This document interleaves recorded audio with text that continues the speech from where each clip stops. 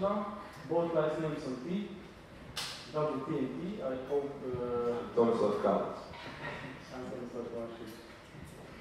The interview will be explosive, and or we can form the TNT group. You can be number one. I can be on four. I'll be number two. Okay. Or group. So a bit about Tomislav Tomaševič. He completed his diploma in political science at the University of Zagreb and masters in environment, society, and development at the University of Cambridge. His research interests are related to commons, transformation of public services, critical urban theory, environmental justice, and social movements. Tomislav was the president of Croatian Youth Network, correct, president of Zelena Akcija, that means Friends of the Earth Croatia, and the co-founder of Right to the City platform, Pravo na grad, or also Zagreb je naš, in a way. With which he is currently a city councillor in the city of Zagreb. He works also at the Institute of Political Ecology in Zagreb as well. So we could say that you're an activist, a researcher, and a politician. Is that correct for your current status? If I had to use the labels, I would rather describe myself as an activist. I think this is the identity that I'm the most comfortable with. And it's the identity that I have for 20 years. And the researcher, I would say maybe this is for the past 5-6 years. Politician, this is the most difficult one. This is only for the past 1 year, but I don't even accept this because I'm not a professional politician. I work in the Institute, and politics is something that I do above my work. So this is something that, even though, of course, I'm in the city council, and I was candidate for the mayor of Zagreb, etc. But this is something where I still feel better to be described as an activist. Okay, so we'll start with that part of you. A bit about your work within Zelena Akcija, here at Croatia, and some experiences with environmental struggles that you had there. How long have you been active there, and what were the topics that you were working on, and activist actions that you've been included in? Well, I joined Green Action when I was 16 years old, and I wanted to do some environmental activism. And Green Action, also called Friends of the Croatia now, was the kind of Zelena Akcija in Croatian, was the most logical choice. I think it's still one of the biggest environmental grassroots organizations in this region, Southeastern Europe. And they do direct activism from the beginning, and this is where I found myself. And I remember even I was cutting classes in high school, going to actions. You know, the Green Action staff was writing sick notes to me. You know, Tomislav will be absent from school because he's occupying illegal waste site.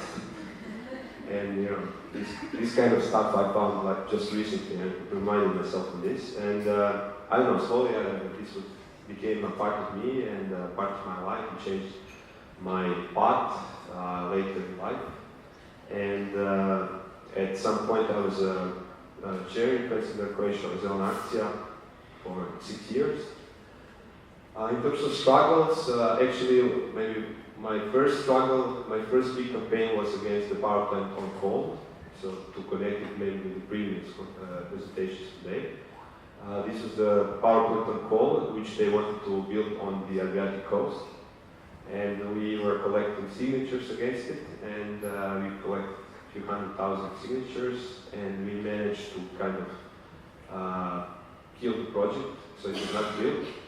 But later then, and this always happens with these kind of bad environmental projects, is that they are like skeletons in the closet, you know, you just put it in the closet for some time, but then some new political situation changes, and then here they are, you know, they come again.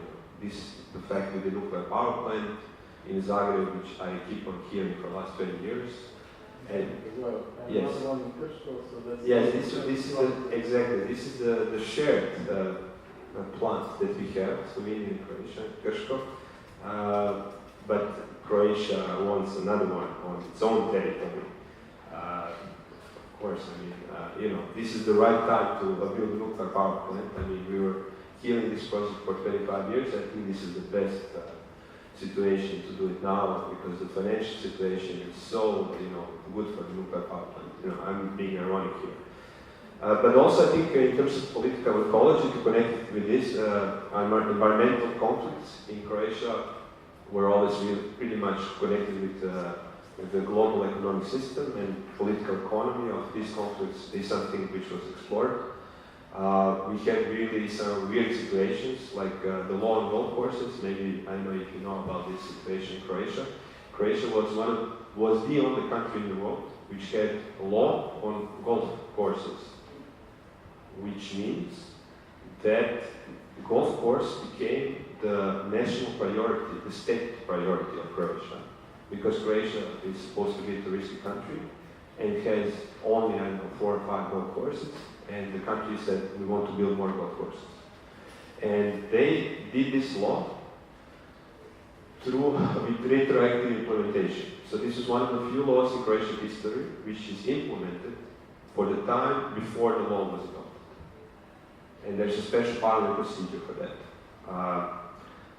Why? Because the golf courses which are put in spatial plans, you can build houses on these golf courses. You can build on 25% of the surface of the golf course. And you can sell these houses, these villas, these apartments on the international market. People don't have to play golf. They just buy the houses. So it was the golf developers that were getting this huge land. It was like a kind of a form of a land grab. And basically, turning land into capital, into real estate and then financial capital. And here comes the best part of so-called neoliberal transition in Croatia, where the state is like withering away. And it's in fact actually making it's actually enforcing the rules of the neoliberal transition, is that the law of golf courses said that people can be expropriated of their land in order to build golf courses. So you are an owner of the agricultural land or forest land. You cannot build on that land because it's not a construction land. It's a forest or agricultural land. And here comes the golf developer, puts this in a spatial plan, and then expropriates you from your ownership. And also the local government, if they are the owners of the land, they have to sell without any public tender to this developer. This was the situation. So you can see, how, I think this was very important in Green Action from the beginning, how environmental problems are linked with the social, economical, and political interplay and factors, and how always, in kind of hard work, there was like link between environmental and social justice. Okay, moving forward, we're staying with the environmental struggles. Institute for Political Ecology has published this year the book called Commons in Southeast Europe, Case of Croatia, Bosnia and Herzegovina and Macedonia, which you are co-author of as well. So apart from the theoretical part, which is really important, there are also some descriptions of commons struggles or environmental struggles, and you've been included in some of them. So could you maybe briefly explain a bit about the Varšavska Street case? What's behind that one? And because it's not strictly environmental struggle, but it's a common struggle. Okay, we really go to different topics, so I'll try to be as clear as possible. So the commons is one of the topics that Institute for Political Ecology is working on, is researching on. We think this is a paradigm also that can unite different social movements that fight against commodification of nature, for open source software, for free internet, etc. For different kind of social and environmental struggles. And we wanted to use this kind of commons approach and perspective, which, as you know, comes from pretty much Western academia.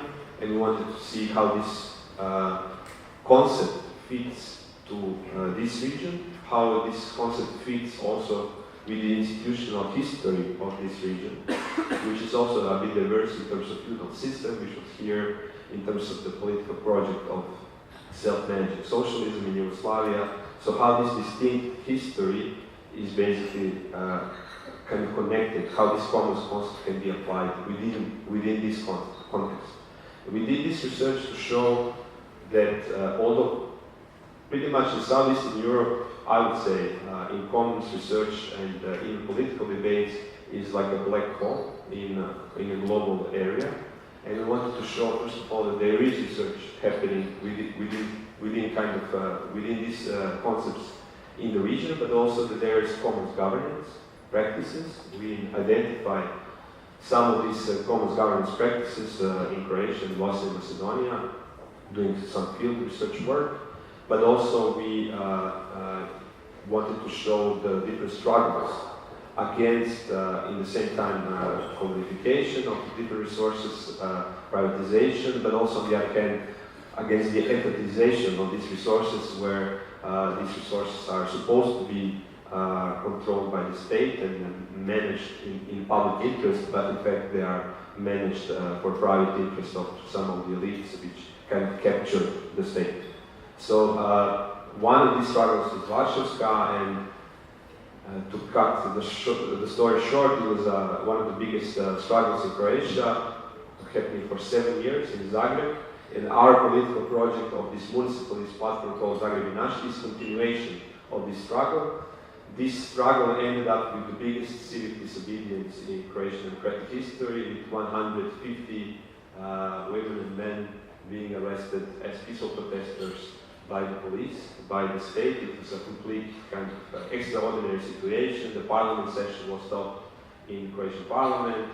The whole city center was blocked for citizens by police. Nobody could enter the city center, and so the state kind of used this force and even violence to some extent to continue with this project, which was a shopping mall in the city center with a huge garage for 700 cars and an entrance in pedestrian zone, which is paid by the taxpayers' money. So, and the developer, of course, is a friend of the mayor. And this is the same mayor that we have now in Zagreb, already for 18 years. So, the minute I could vote, so from the beginning of my voting experience, the same person is the mayor of Zagreb, which kind of tells you a bit about the political system in Zagreb and Croatia. Okay, so you had a very well-organized network of supporters for that case and the protesters as well, the Varšavska street case. How did that function? Because you had to mobilize them like in an hour. The police came or the construction workers came, and you had to be there on time. So how did that work? And relating to that, are these people still active? Okay, this was really a social movement. It was facilitated by Zelena Akcija, by Green Action, and Right to the City, which is continuation of these Right to the City platforms and movements happening all around the globe, connected with this kind of critical urban theory of Henri Lefebvre and David Harvey, etc. You know, I could really talk a lot, also Eva is here, and maybe some other people who were active in this struggle, about technology, how we organized the struggle. We even had like web cameras looking at the street when the police would come in the night. We had night shifts. For 6 months we were monitoring the street. We had an alert system for 5,000 people, sending an SMS if the police comes to block the construction work with our bodies. And at the end, yes, it ended up with this huge mass disobedience. We collected 55,000 signatures in only 2 months of the citizens of Zagreb who said that this is against public interest, which was the legal precondition for this project to happen. But in the end, we lost. The shopping mall was built. It was smaller than it was supposed to be, with a smaller garage, but it was built. But the good thing is that these struggles continued around Croatia.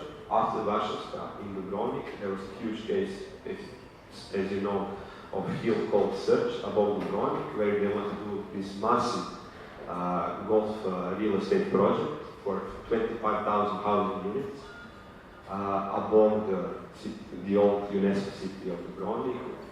Crazy project, €1 billion investment.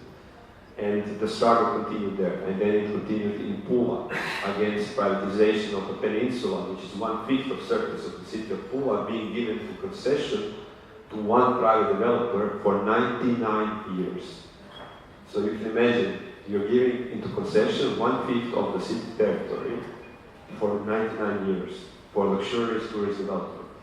And this was, so I mean, there were many conflicts like this, and we managed to build a network of solidarity between these social movements and struggles to kind of, share resources and people, even knowledge, and etc. And many of these people from Varšavska are still active in different organizations and social movements, and many of them, as am I, became politically active. So that we established this municipalist platform called Zagreb je naš, Zagreb is ours, like the ones we had in Spain, and Barcelona and Comu, and Madrid, but also many political platforms like this in all around the world. And we went for elections 1 year ago.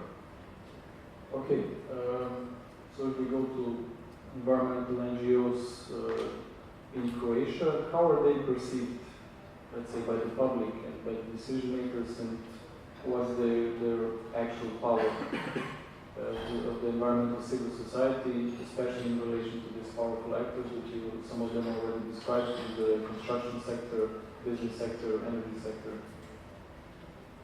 You managed to succeed with some of the actions, but I guess there were some actions that were not successful. Yes, so for example, this law on golf courses, we managed to change it in only 6 months of campaigning, because there was a huge public outcry against this law when we explained what this law is about. And then the government decided to change it in only 6 months. And then we continued the struggle, and they had to cancel the law. So this is only one of the few laws in Croatian parliamentary history which was cancelled completely. And we managed, in this 1 year of the law, they put 88 golf courses in spatial plans all around Croatia. And most of them were all of them were on the Adriatic coast, usually around the national and nature parks, where the real estate value would be the biggest. And they put them in the spatial plan using the law, but then when the law was cancelled, these plans were never realized. So let's say it's a status quo ongoing. So I would say in that kind of struggles, environmental NGOs do get a lot of popular support. But then, of course, in many aspects, they are vilified by the developers. They are vilified sometimes by the media as this kind of normal stuff. Against the development, against modernization, against progress with capital P. And also the big problem is the media landscape in Croatia, which is almost exclusively private. And as you probably know, the media are financed mostly by the advertisement and not by their readers and viewers. And then we had many situations where our actions were censored by the advertisement marketing departments in the media. So we even had some famous actions. Maybe to tell you a bit, you probably know who he is, because there was a massive debate about Mercator here in Slovenia, and you probably know that he is now wanted by police. He's trying to get so he's not extradited to Croatia. He's the biggest kind of tycoon in Croatia, and he, for example, wanted to change. This just shows you, what kind of reality we have in Croatia, and I'm sure it's quite similar to Slovenia. So he wanted to change the master plan of Zagreb because he lives in a castle above Zagreb, within the borders of the nature park of the mountain called Mednarodna. And he could not legalize this castle because it was a cultural property and monument. And he could get a permit to build it, to renovate it, only if it's going to be a hotel. So we found out through whistleblowers that he is actually the richest guy in Croatia and probably one of the richest in the Balkans, lives in a hotel. And he wanted to change the master plan of Zagreb that in every protected green area on the territory of Zagreb, from now on you can build houses and residential villas. And before this was illegal. And this was illegal for the protection not of the green areas, but for protection of the people, because this is the mountain part of Zagreb. And in order to prevent landslides, erosion, floods, you have this situation that these green areas you don't build. And he wanted to change his master plan. We found out about the fact that he lives in a hotel, and we hired a bus with 100 activists, a double-decker bus. We invited all the media to action. We didn't say where we are going, what we're going to do. We put them in the bus, and we came in front of the door of the castle with our suitcases, dressed as tourists, and we said we want to check in to your hotel. And they said like the hotel is still not open because they wait how many stars it will have. And they're waiting for this standardization for 4 years already. And even though everybody knows that his family lives there, so there was this kind of crazy situation. And in most of the national TV stations, this very cool action, which was even pronounced as the coolest action that year by some kind of design industry in mind, was never on 2 out of 3 national TV because it was blocked by the advertising department in these TV stations. So this is the reality, when you talk about environmental debate, about environmental conflicts, that we have to deal with this kind of media landscape.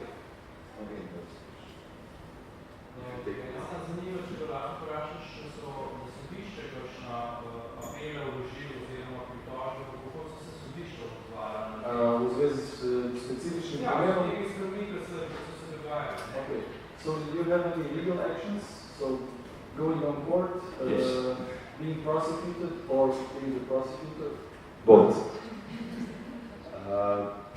We actually started a network of environmental lawyers, and we managed to educate 1 generation of law students who got employment in environmental NGOs around Croatia.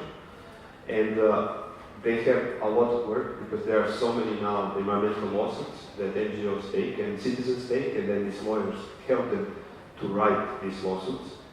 So we use all the legal tools in all of our battles, and I must say in 80% of cases we lost, even though I think at least, 80 of these 80% we should have won. And even the judges told us that, but they said that they cannot rule in our favor. There were many, I cannot even tell now, all the illogical situations where the judicial system just didn't function. It couldn't handle this kind of critique, and therefore even the judicial system broke its own rules.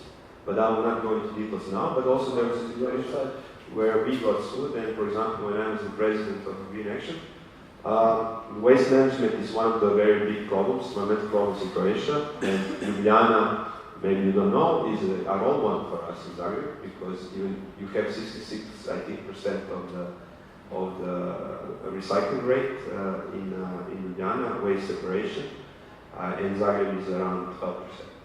So you can imagine the difference.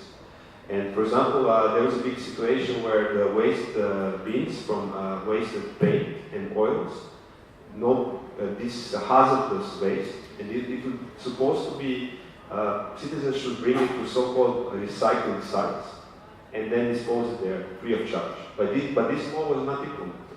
The state was not implementing its own law. And people were calling our green phone, it's a program of Green Action, telling what to do with this. And we cannot tell them to throw it in the environment. And they say, the city of Zagreb does not take our hazardous waste. They said, okay, bring it to Green Action. And for 2 years we started to Parliament to kind of initiate this issue that this law should be implemented without any luck. And then we got pissed off. And in front of the Minister of Environment, we brought these cans and we put them in the form of a question mark. And, we want to say, okay, why this law is not implemented? And the public relations people from the ministry came out and they said, like, you're lying in front of the media. They said, okay, we are lying, you try to do it. You try to go to the waste site and dispose it if you can. And we left it there. And after the working time of the ministry, we checked and these cans were still there.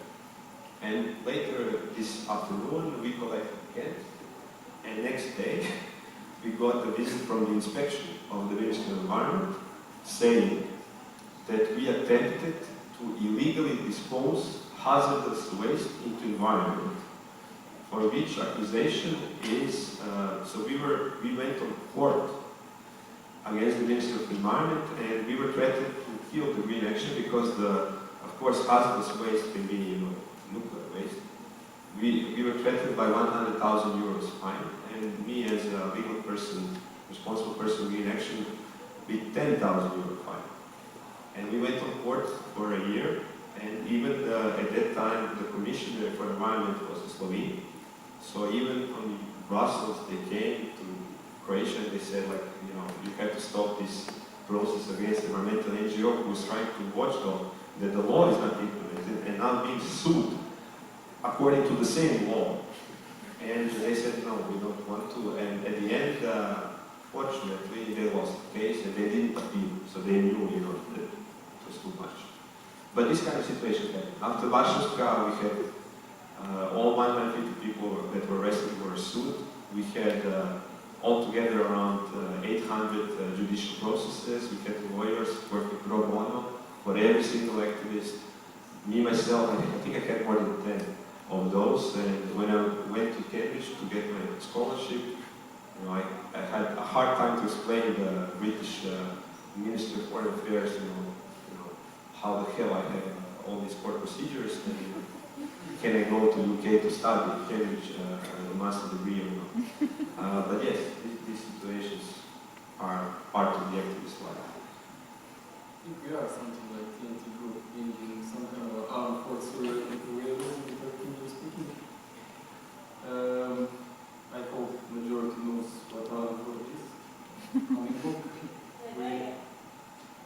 At least the Slovene ones and the Balkan ones. For the rest, I'm sorry. Okay, moving to your researcher side. In what kind of way was working for Green Action different from working in the Institute of Political Ecology, especially related to the perception of decision makers and other actors? How do they perceive the differences between these two organizations when you come as an activist or when you come as a researcher? Okay, first of all, the Institute for Political Ecology was actually established to bridge this kind of gap between academia and activists. And this was the whole point from the beginning. We wanted really to produce knowledge that would be, of course, not neutral based in terms of values, but what would be useful to the social movements first and foremost. But we want to, that's why we reach some kind of activist practice and kind of academic scientific approach and research. And me myself, I personally, after so many years of activism, I thought like I'm a dog who is running in a circle with a tail, and I don't understand, why the same problems keep on appearing, and I wanted to like take a step back and go back to university and study more kind of the structural problems. By this, to better understand the picture. This is my personal motivation, and this is also how I discovered the political ecology approach. And this is when we came back, most of these researchers to Croatia. We established the Institute for Political Ecology, and I think this kind of conference in Zagreb, I think will not be probably held for another 5-6 years. Because I really liked the presentation in the morning, the lecture on the whole history of academic kind of disciplines and research related to political ecology in Ljubljana and Slovenia. In Zagreb, Croatia, unfortunately, within the academic disciplines, it's pretty old-fashioned and archaic knowledge and approaches. But this is why we tried with this younger generation of scholars and scientists in academia and activists on the other side to bring this and discuss the political ecology framework and approach and issues in similar environments. We just had a Green Academy in island of Vis in Croatia. It was its 6th edition, and some of the people were there, like Ariel, So this is the school, also summer school, which I would say is pretty much political ecology school. And it's already 6th edition, and we try to bring people mostly from Balkans, so Slovenia as well, of course, and also from wider Europe and even wider world to some extent. So this is the way how this kind of where we see Institute for Political Ecology within the environment of these struggles that happen in Croatia, in kind of knowledge production and bringing and stimulating the debate, especially between the activists and the academics. And yes, I mean, in terms of the wider public, we also established the Institute to kind of provide maybe more kind of a scientific stamp on the knowledge, which would be then used by the social movements. And therefore we have a different role. We are not an NGO, we are not an advocacy NGO. We produce knowledge, which then used by the advocacy NGOs. In one of the interviews you said that you see political ecology also as a set of activist principles, especially because it refers to the aspects of societal inequalities and takes into consideration the importance of power relations between actors. So, a simple question, why are power relations, or let's say power distribution among actors so important when we're talking about ecological problems and also when we're talking about searching for solutions for these problems? I don't know. I mean, how to answer this in short, but I think it's quite self-evident, and I really believe that, and this is quite interesting, that intuitively, even without knowing all this literature, all this long tradition, I mean, of political ecology, or even maybe it was not called that before the 70s, was somehow a part of all these struggles. Somehow intuitively, when we actually read this literature for the first time, it was like, everything made sense. It was like somebody gave us a tool with which we can better understand the environmental problems that surround us. And better, understand them, better study them, and then better respond to them. So this was kind of, we always believe, that it's kind of, that we always wait for structural change and not for individual lifestyle change. We always went for, looking at the power relations and who actually decides, who benefits from different environmental change. That was always our question. And this is always how we, when we did all these campaigns, how we framed the environmental issue. We just didn't have the proper framework, or we didn't connect it with some international proper academic framework, which was already there because we didn't know about it. And one of the reasons why we didn't know about it is also that the kind of critical social science in Croatia was vilified after the 1990s. So after there was a break.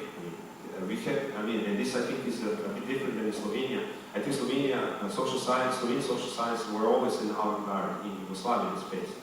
But also the different situation was that we had a war in the 90s, and the nationalist forces completely, equated any kind of critical social science with, the enemy of the national state. And then the whole kind of literature, the whole academia, there was just a gap of, I would say, maybe 15, 20 years, and only now the younger generation of scholars is connecting critical social science with environmental problems.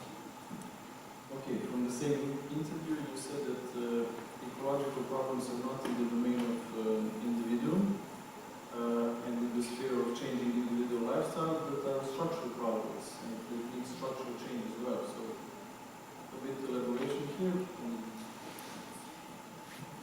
Quite simple, but when we relate that to the mainstream notion that we think of ourselves as individuals and we ask somebody, okay, so are you ecological, environmental friendly? Yeah, recycle.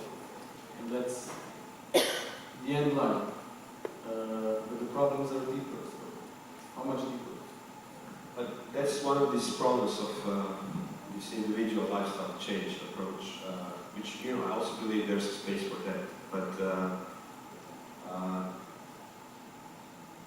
I honestly don't believe, and this is why the political ecology framework was important for these struggles, because connecting the dots, looking the small environmental conflicts from a much wider structural perspective, kind of gave us a better explanation of what is actually happening. And in this way, yes, I simply believe that this was then kind of a tool which we needed for all these factors, but also going deeper into understanding why there were the problems happening. Studying capitalism, connecting the issues of, for example, the movements of degrowth with the environmental issues, connecting the issues of different governments, of self-governance of communities, connected again with the commons, connecting the climate justice perspective. We were talking about climate change in Croatia. First of all, I mean, the scientific discourse was always like, there was a perception in Croatia that there is almost 50-50 difference in opinions if climate change is anthropogenic or not. If climate change is happening or not. Because there were some famous academics, physicists, and they are not even climatologists, who would go out in public debates and they would say, we don't believe global warming is not happening, it's global freezing, it's connected with the sun, it has nothing to do with human impact, etc. And then, the media would say, we need both opinions. We need, one opinion, and we need, again, the other opinion. And then there was this perception. So we were struggling for years to get out of this perspective that climate change is actually happening and is actually caused by human activity. And then we are just now, last 2 years, starting with the climate justice perspective in public discourse, saying, that people who are causing, for example, I can give you the example of floods that you probably know several years happened in Croatia, Slovenia, Bosnia, and Serbia, massive floods that affected, hundreds of thousands of people. So we have people who contributed the least to the problem of climate change because their emissions were, smaller historically, and they are smaller today in the majority of the society. And there are usually poor people who live in these areas who are affected, who are then who are endangered, physically endangered, because they live near the rivers which flood. They have less resources to cope with these geographical, physical risks, because they have less money to actually insure their house against the floods. And then when the flood happens, they have less political and social power and resources to deal with the consequences. So they are triply triple affected. And this kind of social injustice, to put that in the heart of the climate change problem, is something that we are struggling to put that in the public discourse, maybe just the last 2 years. Okay, going to the politician side. So at 1:30 this morning, I was reading interviews with him online, and I came across his statement. Check this out. So when they decided that they would go on the municipality elections, we realized that we are the ones that we have been waiting for all these years. Great one. So, what led to that? How did the minds open? Okay, first of all, yes, the platform, political platform called Zagreb is a municipalist platform. So maybe to talk a little bit about the municipalist principles. One of the first principles is that politics is not for somebody else, somebody who's an expert, somebody who's charismatic. The politics is for everybody. And everybody can do politics, and everybody should do politics. And politics is not just like some geopolitical high politics. Politics is also, how your park in your neighborhood looks like, or what will be built in your neighborhood. That's also politics. So this was our approach. We said, first of all, everybody should do politics. That means also us. Second of all, there are no messiahs which will save us. There is no charismatic leaders that we are waiting for which will save us. It's only us. If we organize together and go into this situation. And also, we do politics in a different way.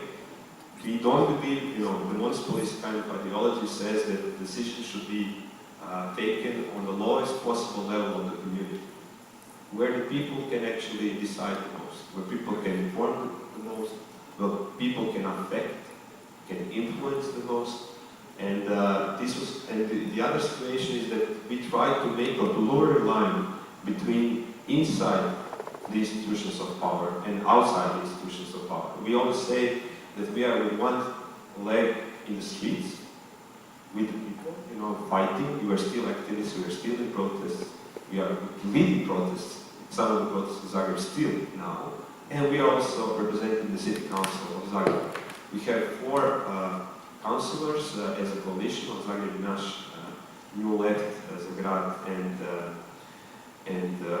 Workers Front, and we have also what's very important for municipalist politics is feminization of politics, which doesn't go only with the representation of women in politics. We have 2 women and 2 men of the city councillors, all together on all 3 levels of the governance of Zagreb. We have also, like similar to Milan, we have the state, the city level, the district level, and the neighborhood level.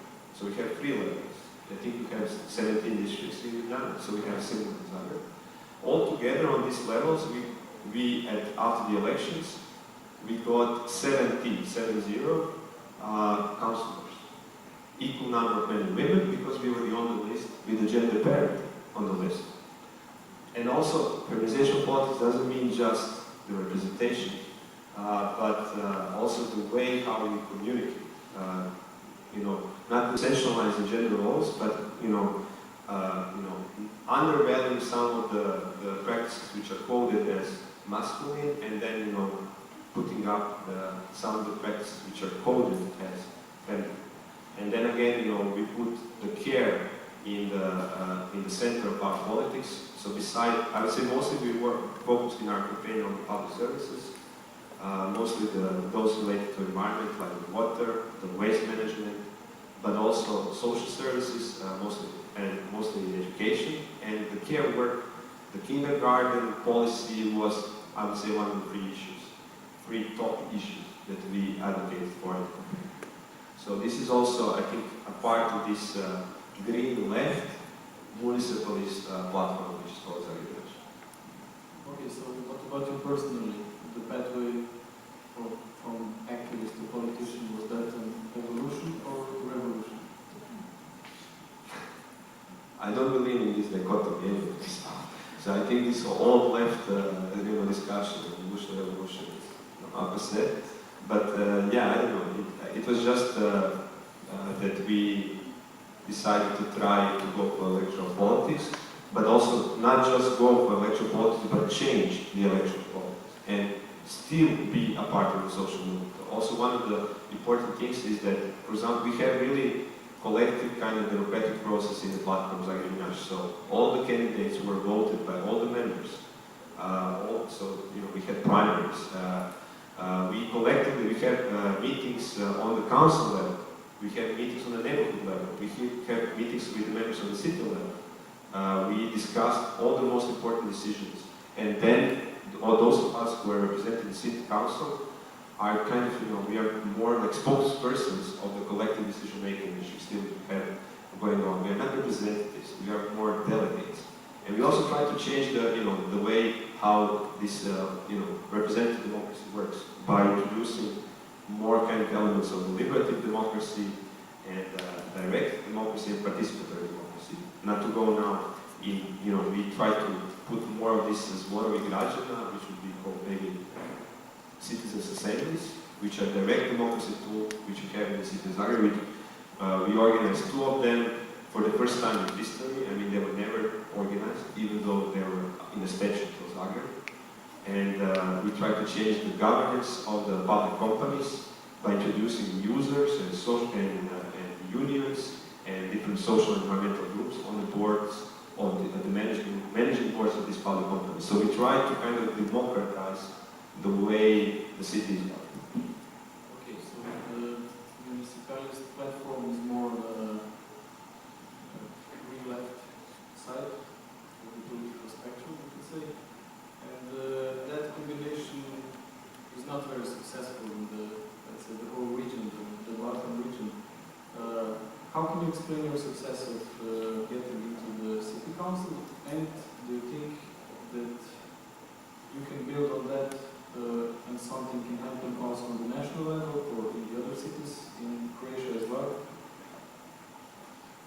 So since the 1990, in the city of Zagreb, never there was a left or a green party which entered the city council. And when I say left, I don't consider the Social Democratic Party being a left-wing party.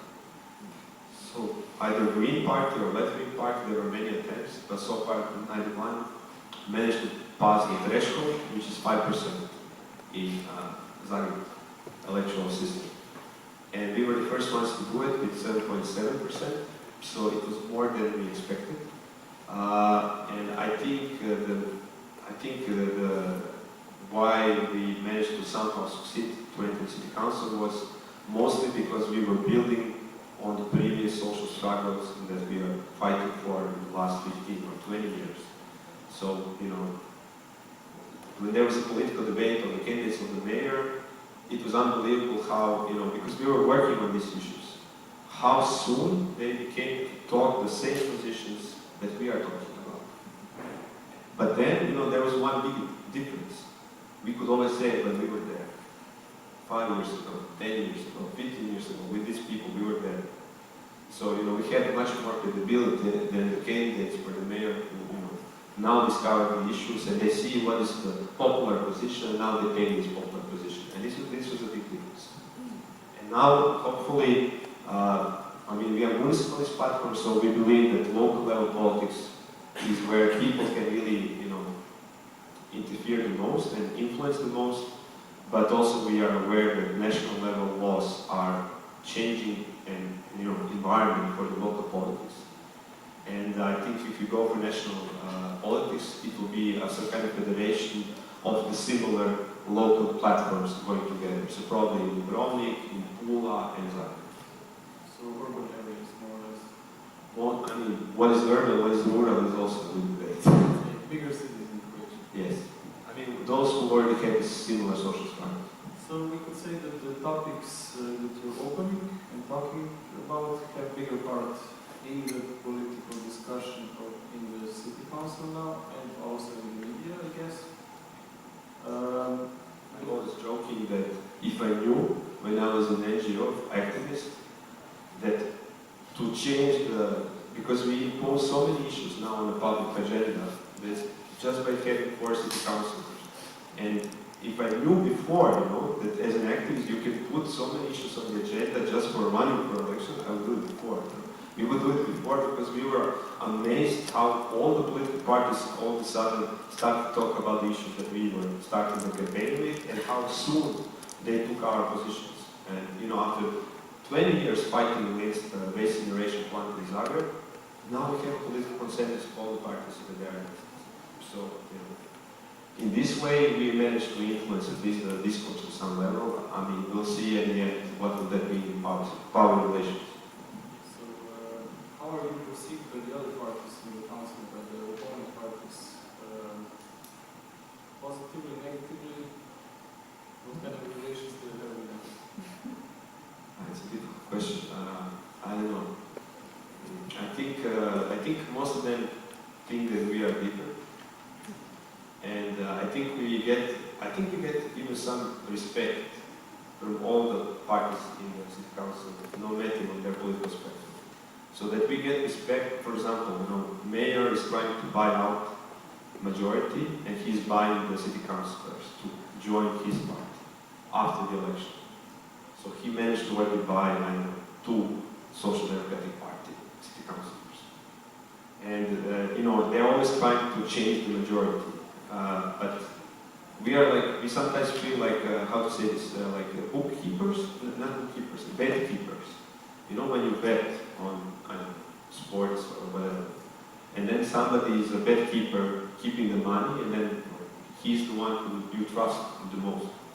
So we feel like that in the city politics, because they all don't trust each other in terms of who will, you know, cooperate with this corrupted mayor, except they know for sure that we will not. And then we got all the kind of, you know, stories from everybody, like, I think they will, you know, he will buy them, he will, you know, he will buy her, he will buy him, you know, this kind of situation. They all just know there's no way that any of our city councillors will jump to the other side.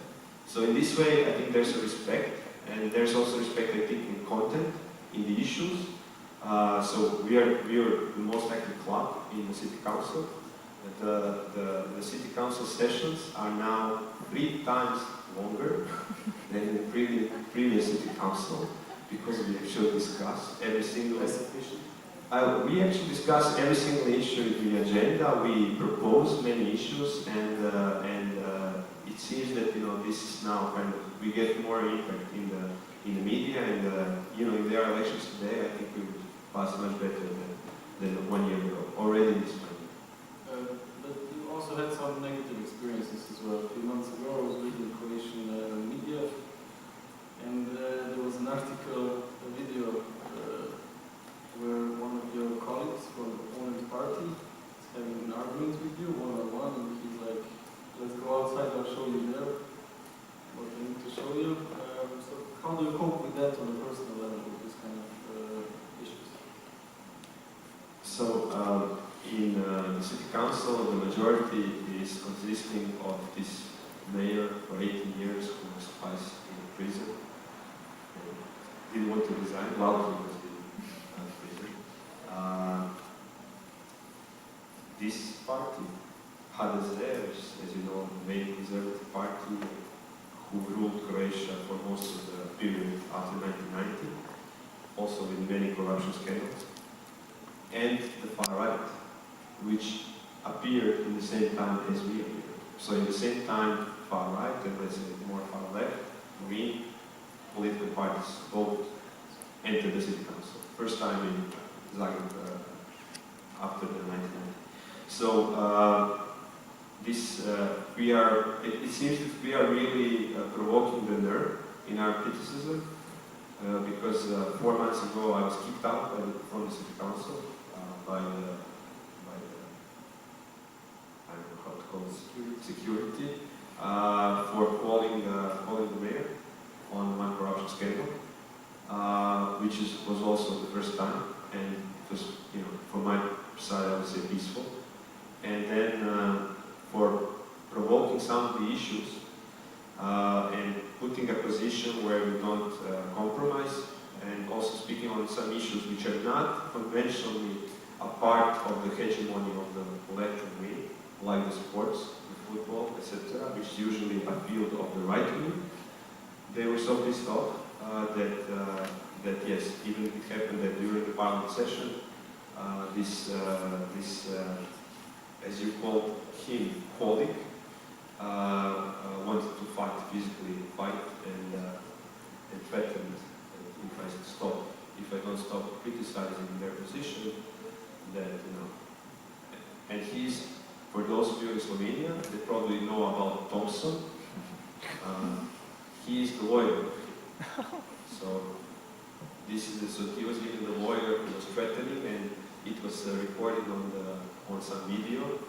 And now the attorney association is deciding if he will get some fine or some disciplinary measures for threatening and physically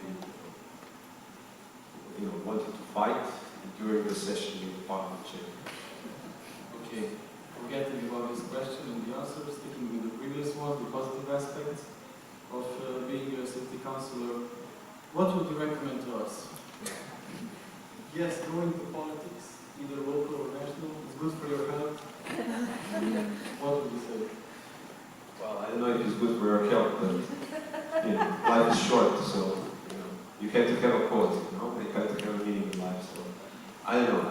We really do a lot of the work collectively to deal with this stress. We talk about this, and because there's a lot of kind of pressure, coming on our shoulders. We rotate the city councillors also to kind of break from this personalization of politics. And I think that people should not be afraid to do it. And I think I don't know what can you lose if you try to do it. And if people feel that they are not changing enough through social movements, I think it's really okay if part of these people go and try electoral politics and still being a part of the social movements on the street. So I think this kind of experience I know in Slovenian political landscape maybe Levica is the most kind of representing these kind of green left ideas. I don't think there's still some municipalist platforms happening, but I think, you know, looking at the, Maribor, I know also a lot of people from the whole experience of these citizens' assemblies in Maribor and after the mass protests.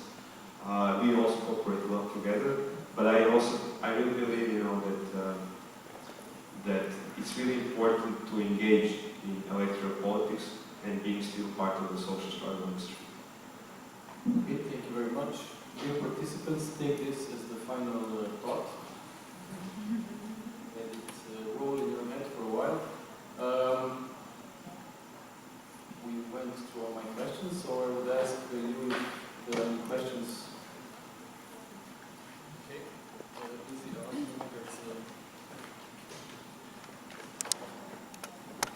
Thomas, thank you so much. Which one? Which Tomislav? Oh, no, the speaking one.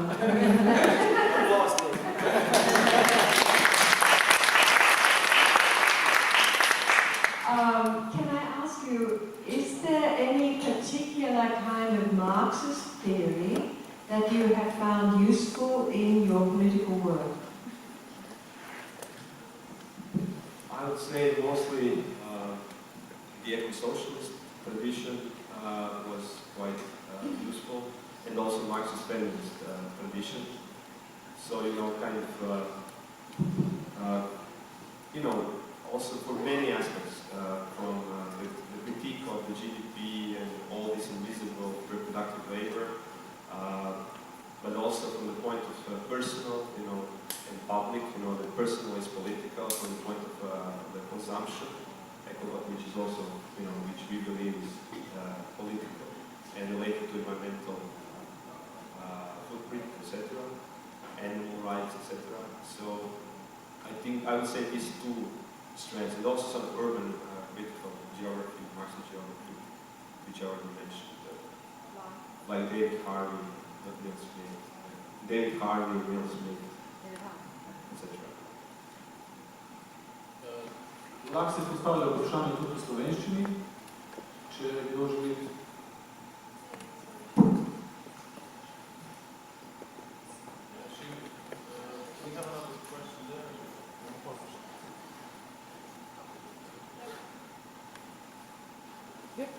Okay.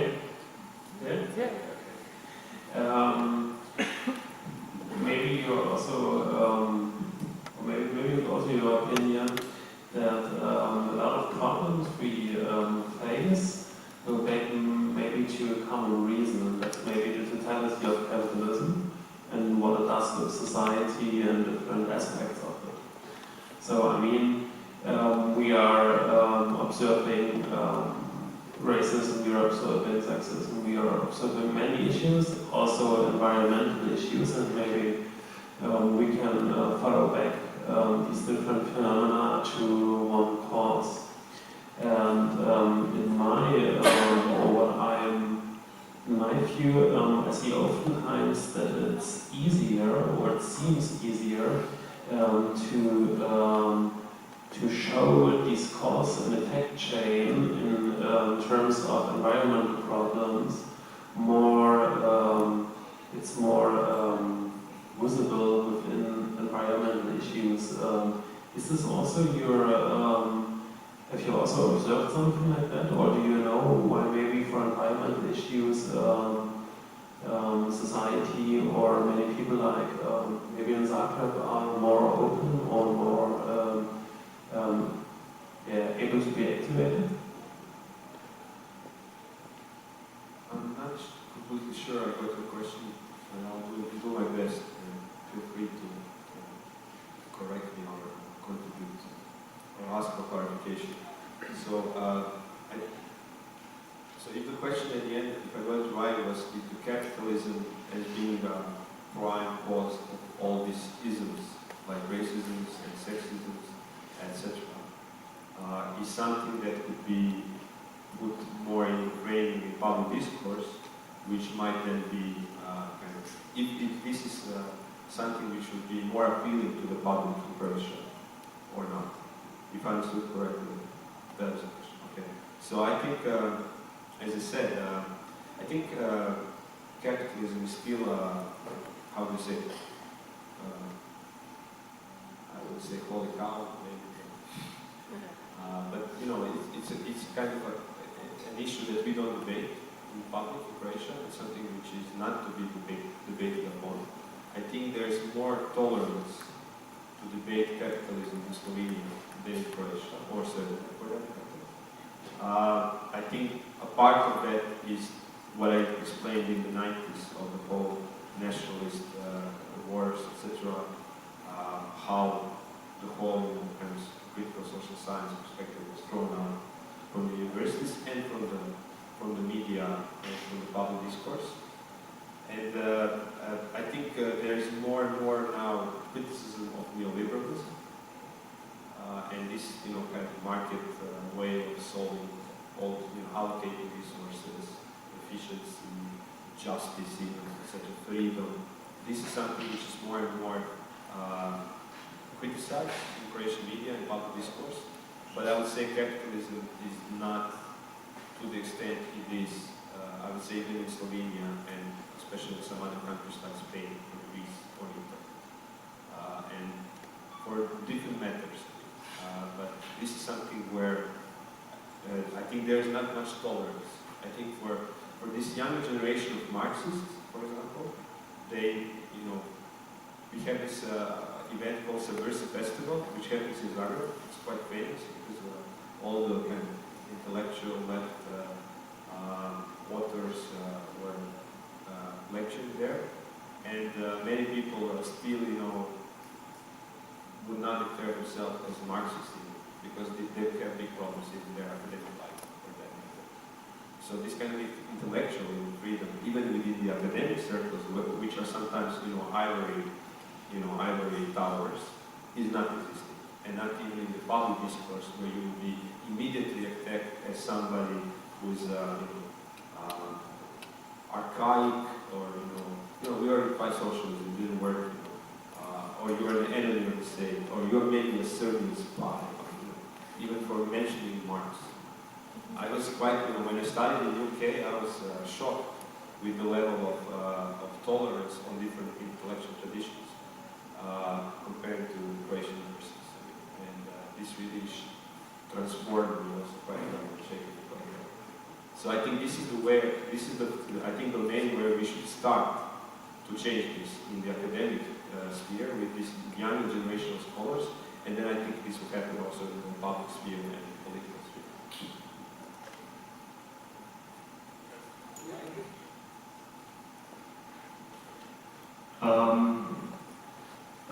Is the lady perhaps in front of you?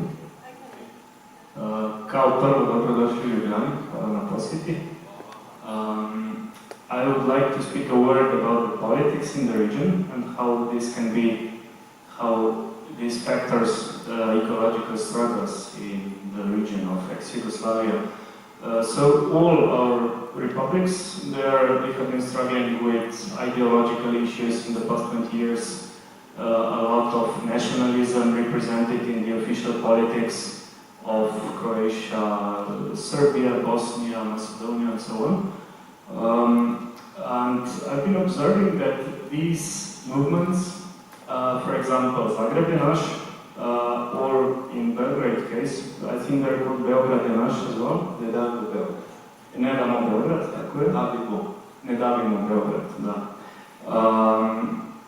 They were evolving around very practical issues. For example, as I understand, Varšavska ulica is about Cvjetna garage building, which now stands there despite all of the struggles. So all these movements evolving around practical issues, I'm wondering whether they have any bigger potentials. In an example of Ne davimo Beograd, they have also evolved around developing the waterfront, although they have a much wider agenda. But when they appeared on the election as candidates, they were not able to collect more than a few percent of the vote. Sorry? 3.5. Okay, and they were far behind let's say, nationalist candidate who won the election as a mayor of Belgrade.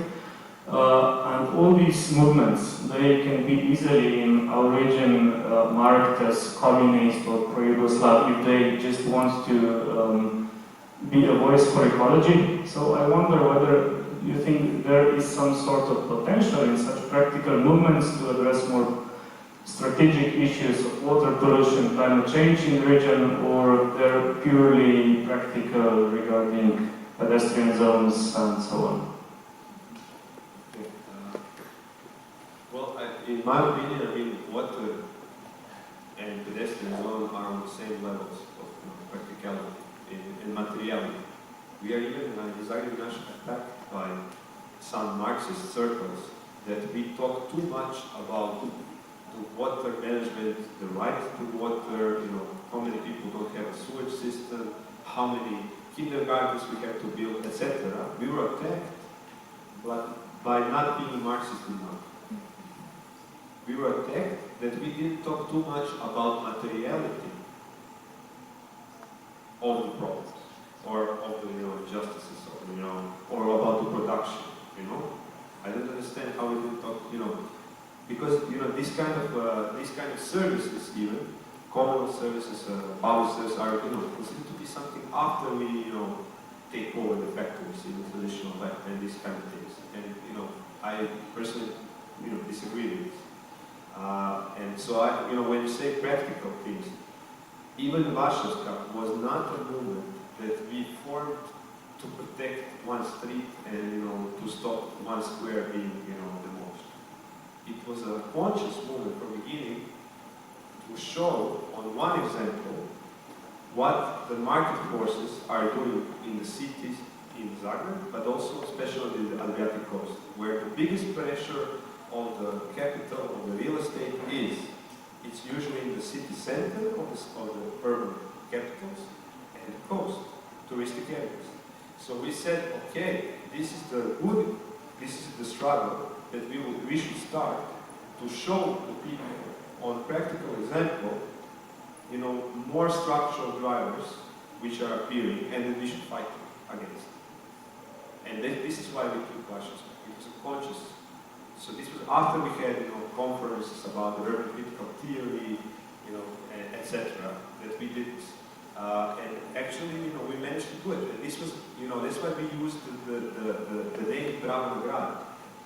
First of all, it connects with the civil struggles all around the globe, but also because it asks the question, who has the right to the city? Who has the right to the city? Is the mayor?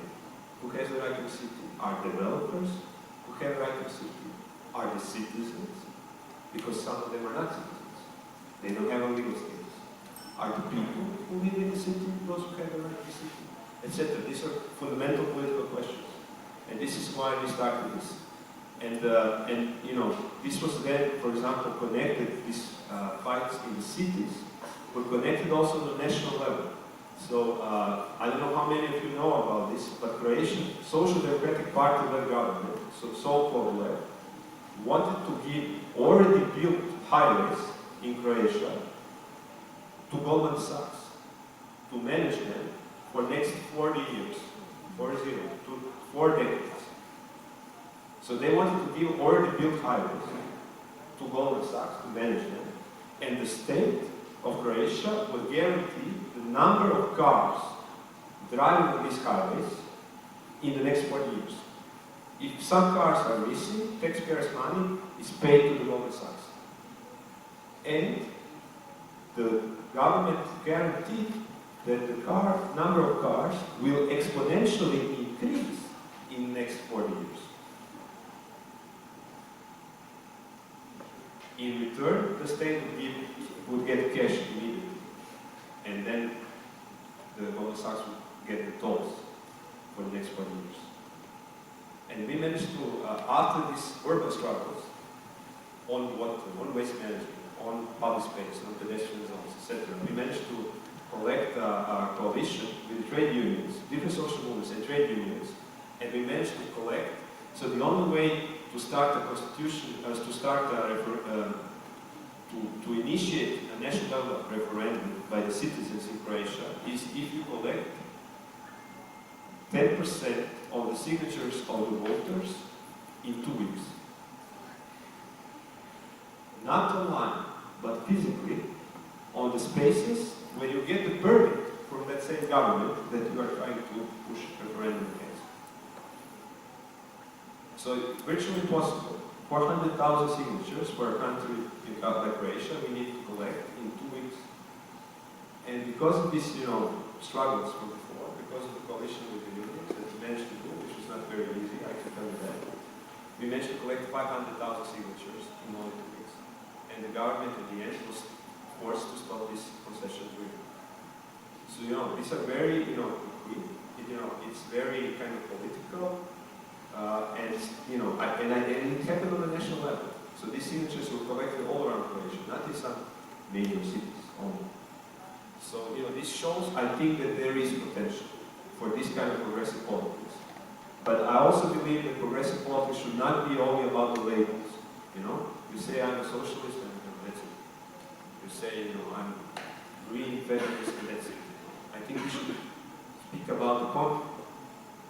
And then, say to people what we want to do, because I don't think it's enough just to say what is your label. And then labels are also misguided sometimes. And as you said, if you say you're a socialist, you have to then use 10 minutes to explain what you are not before you can start to talk what you are or what you are for. And that's why, I think this kind of way of old-fashioned way of left-looking politics, I think it has to change.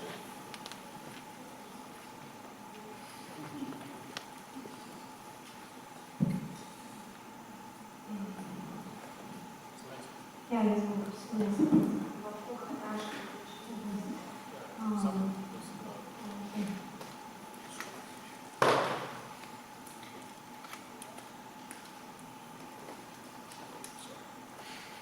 Mogu da pitam na hrvatski ili ne znam da znam. Moje vprašanje je naslednje. Če izvzamemo zeleno gibanje, zdaj ste postali nekako politično aktivni in kot ste povedali, imate preko 70 članov v odborih oziroma predstavnikov v mestnem svetu oziroma na lokalnem nivoju. Moje vprašanje pa je, kako pri vas poteka, se imamo podobno zgradbo, tudi mi imamo četrtne skupnosti in pa mestne svete. Kako poteka aktivnost od navadnega volivca, se pravi nekega državljana oziroma stanovalca na nekem območju, do četrtne skupnosti oziroma vaše lokalne sosedske, do mestnega sveta? Ali poteka ta relacija, ali je samo v obratni smeri, se pravi, da imamo mestni svet, ki izvaja neko politiko in ta mestna politika pride do lokalne četrtne skupnosti odborov ali kakorkoli in se potem je le izvajalka, se pravi ta lokalni del, ali je samo izvajalec krovne politike nekega mesta ali poteka dvosmerna komunikacija. Če poteka, me zanima, kako uspešni ste vi kot zdaj vključitelji za svojimi člani. Ali upoštevate se prav glas navadnega človeka preko četrtnih skupnosti oziroma teh lokalnih odborov?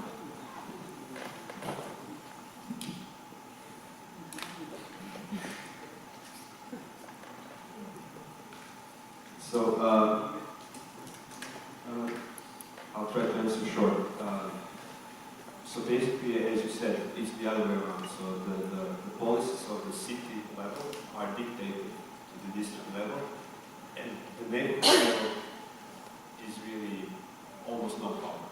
District level has very little power to autonomously decide to use the budget or to actually decide what they will build and how to spend the budget in that district, but the neighborhood level has zero power. And this is something that this was also this was a big part of our election campaign, that we said that we want, being municipalists, that we want decisions being taken on the lowest possible level so people can really participate. And we wanted to give more power to the districts. to actually using the methods like participatory budgeting, etc., but also just shifting the way the money is collected and then spent. We wanted to put that more on a kind of this sadistic and neighborhood level. And we are, in this situation, we are the only political option in the city council which is demanding this. So we are alone in the political landscape. Everybody else thinks that this is the most efficient way to do it, that this level have zero capacities to do it.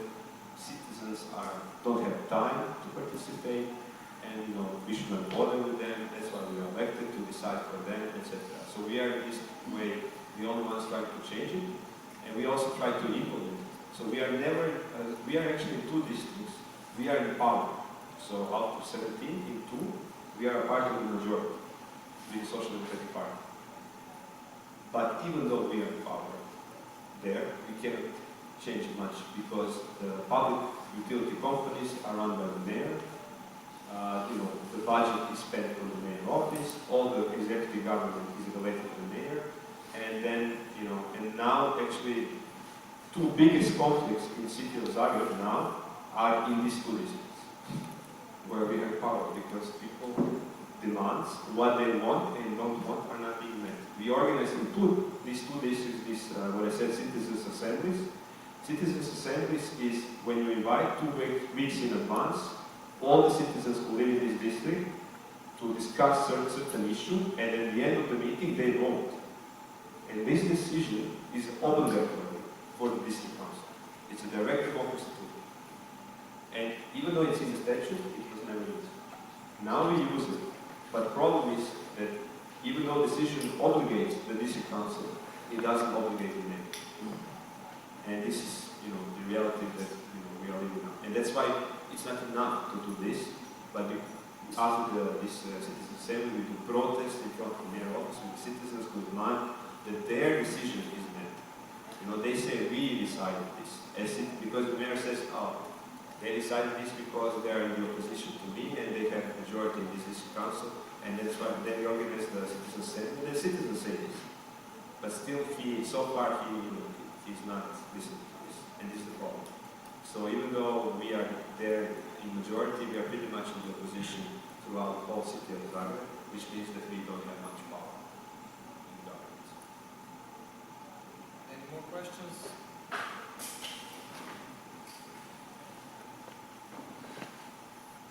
Hello, my name is Adrian. I'm coming from Pogovor. I want to thank you and congratulate you for the merits of having, I don't know how many invitations to the court. And at the same time, 7.7, I know it's a lot in any situation regarding association of people as a participative involvement in the community. So, if my previous colleagues were interested in different aspects, I'm interested in what's more going inside. How you manage to deliver the message. What do you think it was so well organized and structured about your association of, I don't know, young people which are concerned by environment? Because we know in any region in the world, not only in Europe, the environmental preoccupations are not so guaranteeing a high voting rate. So how do you think, what was the main ingredient that helped you to develop inside an association of young people to a political organization, a political structure, which mainly will represent them? It's a form of protest of the community. It's a high professional team of young people. So what do you think is the main ingredient? So we don't have much time to go into details, so I'm really happy to discuss with you in details on the day after this session. We are not a group of environmental young activists. I mean, this would be, we not how the fact is. So we have municipal platform. We have young, mostly young, but also older people. I mean, from all the generations. We are not only activists. We are kindergarten teachers. We are scientists. We are trade unionists. We are, physical workers. But yes, most of us, I mean, to be quite frank, are middle class and highly, but not all. And we try to really bring a lot of these community initiatives within to our municipal platform, and to say, we believe that the community should decide what they will do there. And if you are the ones who are organizing this community, then join us. And we believe that you should decide on this. So we don't say this is our program. We agree. We say the struggle that we are fighting for, we think it's a good struggle. We are happy that the struggles are not anymore in the city center, like in the Marshall's case. We were accused that we had a struggle in the city center, but we said no. We want to, these struggles to continue in other parts of the city. And actually, urban political ecology is also quite important in Zagreb because it shows clearly that all the, let's say, dirty projects related to waste are put in the periphery, where the, let's say, the poor people live. On the western part, southern part, and eastern part of Zagreb. Northern part of periphery is, where all the villas are. There is no way that any kind of discounted project, or risky project will be put there. So there's a clear kind of inequality, physical inequality in space related to environmental problems, costs, and benefits. And this is how we approach these people, especially, this is how I think we got some of these working class votes that other left-wing initiatives so far didn't get on the elections. And I think this was the key kind of change in this course. I think we had the last one, Professor Sadek, but I would ask her to be really quick. If it's out of time, I don't mind. Yeah, okay, so keep it for your lecture on Thursday. Oh, no. Can I ask one question, please? Different topic. Because it's a strategic question. Quick. Okay. Can I ask just a quick question? You mentioned that you're deciding to go to the election on national level, and that on the municipal level you are working with worker front, if I know, so the Radnička front. Why not to try to transform the worker front and go with them or inside them to the state elections, but go just by yourself?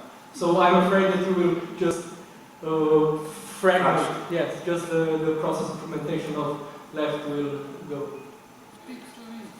Okay, I agree with you, and this is not what we want. And what I said, we want to make maybe a national platform of similar municipal initiatives, but like in Zagreb, where we went into coalition with Workers' Front, this is what we want to do also on the national level. So we want to, again, to have, like in Zagreb elections, we had 5 parties in one coalition. We want to do the same on the national level. We will try to have, of course, hopefully we agree on the main points of the program, but this is also something that we want to avoid, that we fracture that. Okay, thank you very much again.